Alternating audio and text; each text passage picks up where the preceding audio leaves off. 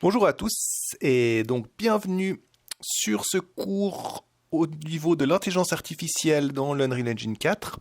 Je reprends ce cours qui a été initialement fait par Epic Games et je le traduis en français simplement. Donc je vous mets le lien du projet utilisé juste sous la vidéo. De cette manière vous pourrez aller la télécharger. Alors pour venir au projet, ici on va contrôler un daim. Donc dans un univers qui pour l'instant est relativement vide et on va mettre d'autres daims mais qui seront contrôlés par une intelligence artificielle. Donc ça c'est le daim joueur, c'est celui qu'on va contrôler. Et on va donc utiliser ce même daim en fait en gros pour comme intelligence artificielle, comme joueur.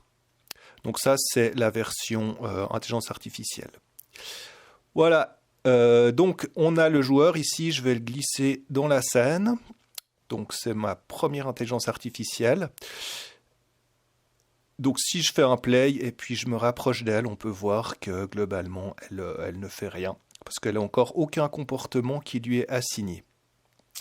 Notez encore une dernière chose, il y a un AI controller juste sur la gauche ici qui nous est directement fourni. Si jamais dans les futures vidéos, je ferai peut-être les différentes étapes pour en créer. Voilà, alors on va aller dans intelligence artificielle, on va créer donc notre première blackboard, donc c'est BB AI Deer. Et un Behavior Tree, donc je reviendrai en détail, BT AI Deer. Donc, je vais maintenant me rendre dans le Blackboard pour commencer le Behavior Tree, pardon. Et on verra, c'est un système nodal, je le détaillerai juste après. Je vérifie rapidement que j'ai bien mon Blackboard qui soit assigné. Donc si ce n'est pas le cas, vous pouvez simplement prendre le menu déroulant et puis le réassigner. Et on a le Blackboard où on va stocker les variables utilisées par l'arbre de comportement, donc le Behavior Tree, pour finalement faire l'ensemble des différentes actions et tâches que va effectuer notre intelligence artificielle. Venir sur l'arbre de comportement un peu plus tard. Je vais commencer par me rendre dans le Blackboard et donc créer mes variables que j'utiliserai par la suite. Donc j'appuie sur New Key et la première chose à faire c'est de mettre une variable type boolean que je vais appeler B as line of sight, c'est-à-dire est-ce qu'il est dans la ligne de mire. Donc si je rencontre un daim intelligence artificielle, la première chose, est-ce qu'il me voit? Donc s'il me voit, on verra, on va lui mettre deux comportements, soit il me suit, soit il fuit. Et si jamais je ne suis pas dans sa ligne de mire, eh bien il va simplement se déplacer sur la carte et brouter. Ensuite, j'introduis une nouvelle clé, donc du type booléen à nouveau, et ça va être une clé qui va me servir à déterminer si donc il me suit ou si il va plutôt fuir. Donc ça on l'utilisera un peu plus tard, mais j'en profite pour la mettre. Étape suivante, je vais faire une variable du type vector, donc que je vais appeler move to target. Qui va me servir simplement à déplacer mon intelligence artificielle suivant une localisation. Et ensuite, dernière clé que je vais mettre pour l'instant, c'est une clé du type object que je vais appeler target actor. Et je vais donc, très important, me rendre sur le panneau de droite, étendre le key type qui pour l'instant est sur Object, et je vais sélectionner, alors attention pas comme ça, voilà, ici, j'étends et je vais prendre Actor. Voilà, et j'ai terminé en ce qui concerne mes variables.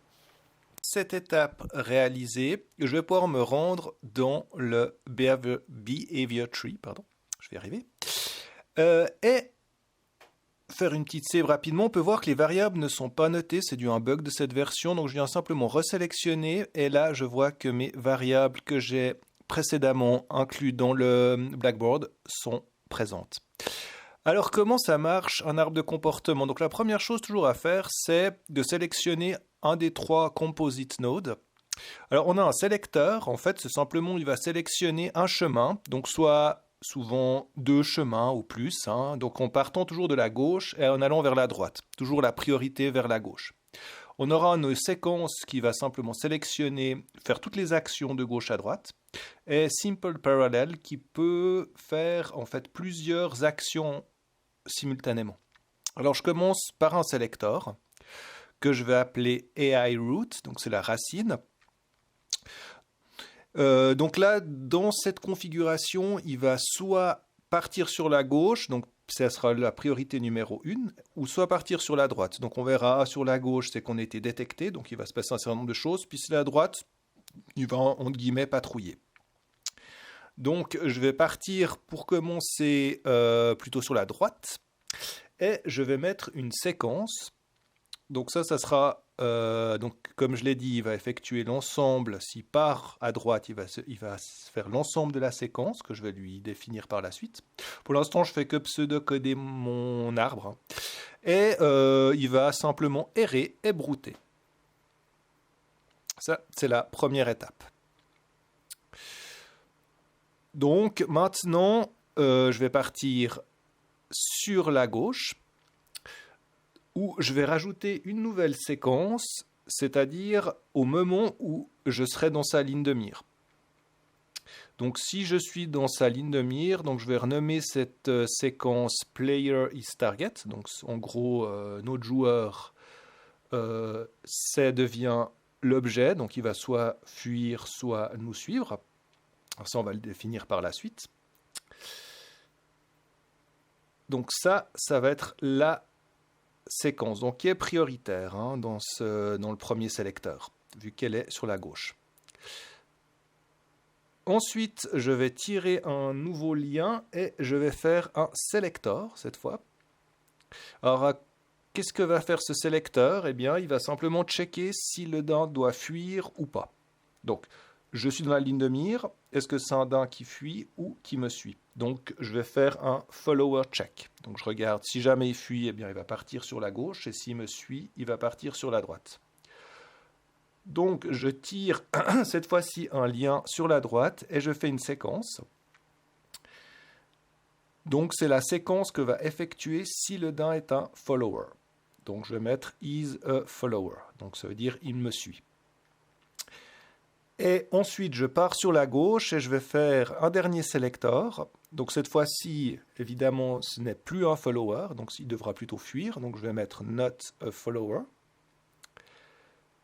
Et il va donc effectuer une première action sur la gauche qui est prioritaire, qui va être de fuir. Donc, je vais faire une séquence de fuite. Donc, je vais appeler cette séquence runaway. Donc, il part, il essaye de fuir.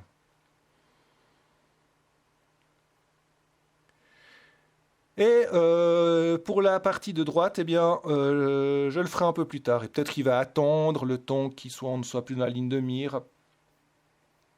À voir par la suite. Voilà, je sauve.